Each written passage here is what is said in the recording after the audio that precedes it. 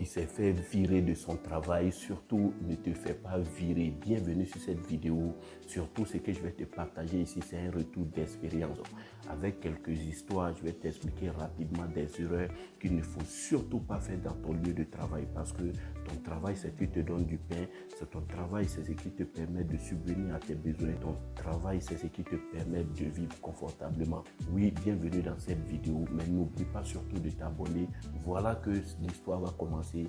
J'étais dans un travail avec cet individu-là qui se débrouillait pas mal. Il travaillait très bien et tout le monde l'enviait d'ailleurs. Mais laisse-moi te dire que nous sommes faits d'émotions et ça ne date pas d'aujourd'hui. Cela date de soixantaine d'années que le cerveau l'indique, prend toujours en action. Et surtout, ce qui se passe, c'est que tu peux ne pas contrôler si tu ne le sais pas. Je te partage parce que tu vas faire attention maintenant. Ok, cet homme-là, il travaillait très bien, surtout il était parmi les meilleurs. Mais le problème, c'est qu'il y avait une fille qui le côtoyait dans le lieu de travail.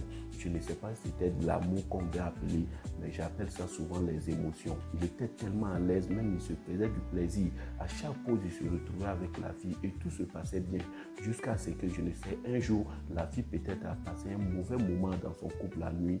Et qu'est-ce qui va se passer dans le lieu du travail? Il va venir s'amuser réellement comme d'habitude, mais elle va déraper et surtout, elle va l'injecter ses émotions quotidiennes. Et là, il va perdre le travail. Ça faisait pitié, il a perdu le travail, mais là, ça m'a servi une précieuse leçon qu'il faut appliquer. Le numéro 2 encore que je vais te donner, c'était encore dans un endroit charmant, dans un travail très bon. Et qu'est-ce qui se passait? Le mec, il était parmi les meilleurs et il était envié. Et surtout, les patrons avaient peur de lui. Pourquoi? Parce que tu peux ne pas le savoir dans ton travail. Si tu es le meilleur, si tu n'es pas la personne et que tu agis confortablement, tu travailles très fort, il va commencer à avoir des jaloux. Tout ça, c'est l'émotion. L'émotion nous domine aujourd'hui. L'émotion domine notre monde aujourd'hui. Si tu ne te contrôles pas, ce que tu fais, ils vont mettre cette fille-là sur toi ou bien ils vont mettre quelque chose sur toi qui va venir te déraper. C'est pourquoi il faut contrôler. Il faut contrôler les émotions. Maintenant, voilà ce qui va se passer. Le gars, qu'est-ce qui va se passer dans le lieu du travail? Puisqu'il est envié et surtout il est détesté par les patrons, ils vont le mettre, cette fille-là, sur son chemin. Et qu'est-ce qui va se passer? Dès que la fille va commencer à jouer avec lui, il va tomber dans le piège. Et il va penser que c'est de l'amour, mais moi j'appelle ça souvent l'émotion. Au fur et à mesure, la fille va tendre un autre piège ou bien augmenter l'appât, comme tu connais dans l'eau. Quand tu déposes l'appât, le poisson, il saute dessus. Et le mec, c'est ce qui va le déraper. Il va continuer à agir dedans. Il va rentrer dans le jeu jusqu'à ce que les patrons augmentent l'appât, surtout augmentent l'intention de la fille.